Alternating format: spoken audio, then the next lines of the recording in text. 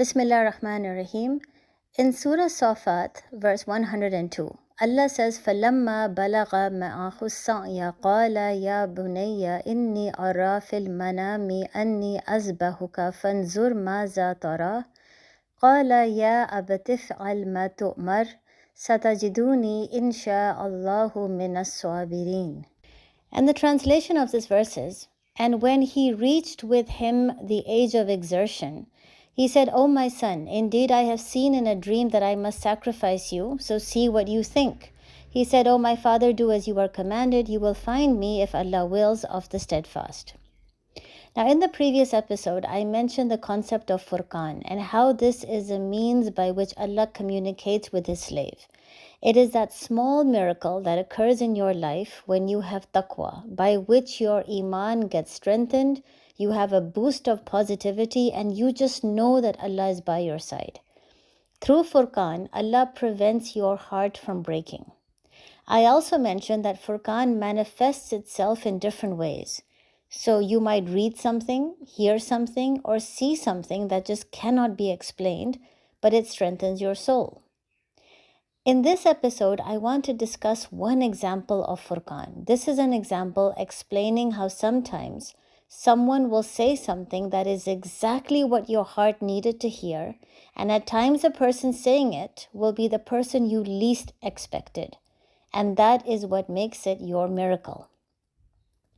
Ibrahim a.s. was a prophet who received many instructions from God through Jibreel a.s.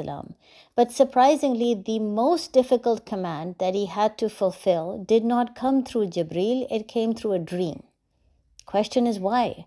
Because there was a beautiful lesson of Furqan that Allah wanted to teach us all.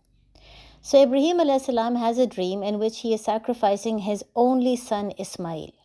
Now bear in mind that it is believed Ibrahim had his first child Ismail when he was 86 years old. And now when that child was approximately 10 to 12 years old, he was being told to sacrifice him. The dream kept coming, and eventually Ibrahim a.s. knew in his heart that this is not shaitan playing tricks on me, this is a command coming from Allah. But for any father to sacrifice his son is unimaginable. And what made the test even more difficult was that Ibrahim was not just a father, he was also known for being extremely kind and compassionate. How was someone like that ever going to sacrifice his own child? So clearly, Ibrahim's heart was very uneasy. Now this verse tells us that he goes to his son, he shares the news of the dream with his son, and he doesn't tell his son, I have to do this, I'm really sorry. He asks his son, what do you think? Now don't forget, his son is not a prophet right now, he's just a child.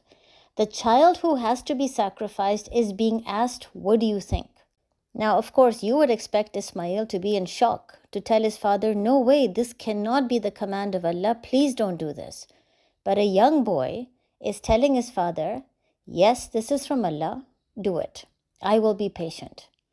These are the exact words that Ibrahim's heart needed to hear, and it came from a person that you least expect.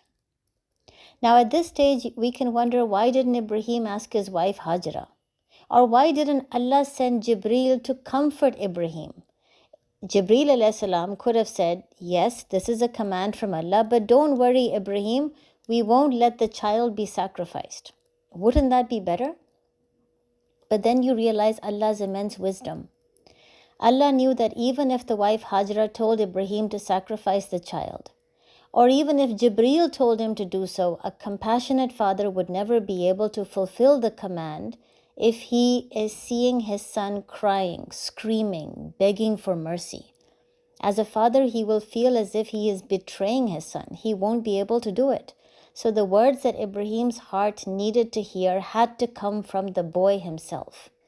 As a father, he had to hear that his son supports his decision. And not just that, his heart needed to see a strong, courageous, determined boy.